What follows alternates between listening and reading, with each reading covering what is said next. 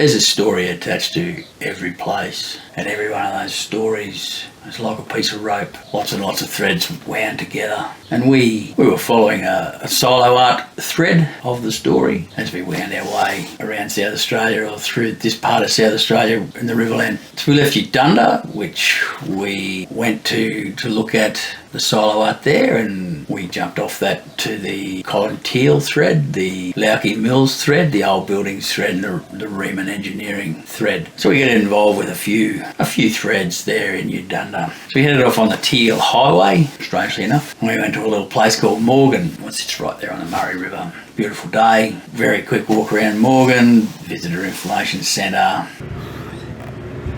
This would be the Murray River. Doesn't look that mighty, does it? At the Riverland town of Morgan in South Australia. So there it is, Big Murray. Just over there, or coming at us, we got the ferry. Watch the ferry operating there in Morgan. Of course, a few of these places up here in this area don't have bridges, so government operates ferries free of charge, and we had to catch one. We didn't catch it here, we did a bit more driving and caught it up at Waikerie, which is where we were headed for the siloart in Waikerie.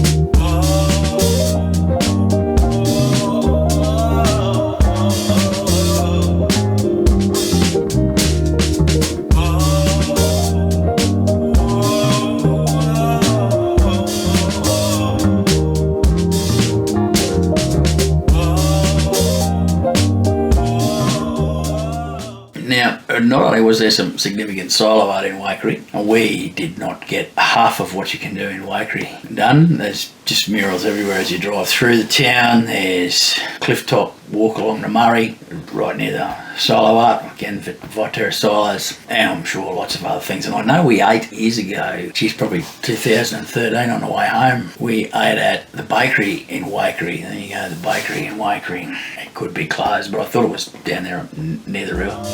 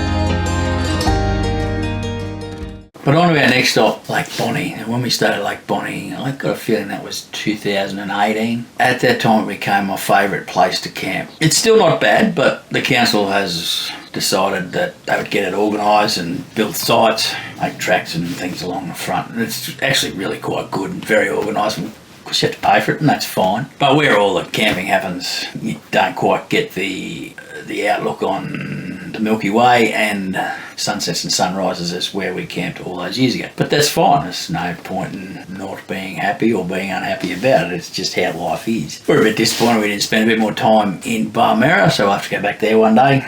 But we spent a beautiful night, wonderful night on the banks of Lake Bonney, which of course is fed and drained by the big old Murray River. Beautiful clear night, which is something we hadn't really had. It's a bit too much light, but popped out a bit of astro. Quite a busy sky actually, planes and things heading over. Given the time we travel, it was pretty quiet. The guy at the information centre in Barmera or Barmera, he said that you just wouldn't get a spot in peak periods and weekends. And I can fully imagine that because it is quite a pleasant place. Not sure why we had seagulls here, a fair way from the sea. Maybe they're lake gulls, I don't know.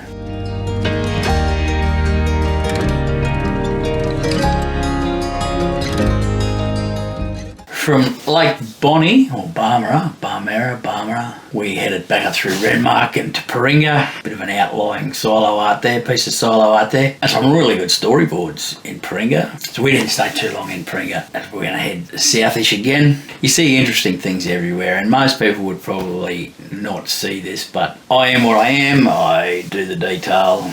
I look for detail, and as we were walking back to the car from the Paringa silo art, I think it was a Tasmanian registered car or ute, and I see all sorts of things with strap-on mirrors and things that I just wouldn't do because I love my paintwork. This chap had gone and strapped his mirrors onto the other mirrors with heavy duty 100 mile an hour tape or duct tape. I wasn't going to take a picture or any video of it. I'm a bit like that. I'm not here to embarrass people. I just find those things quite strange. Just something I wouldn't do. I'm not sure you ever get that sticky shit off in any case. But anyway, that's just something we saw as we headed off on the next leg.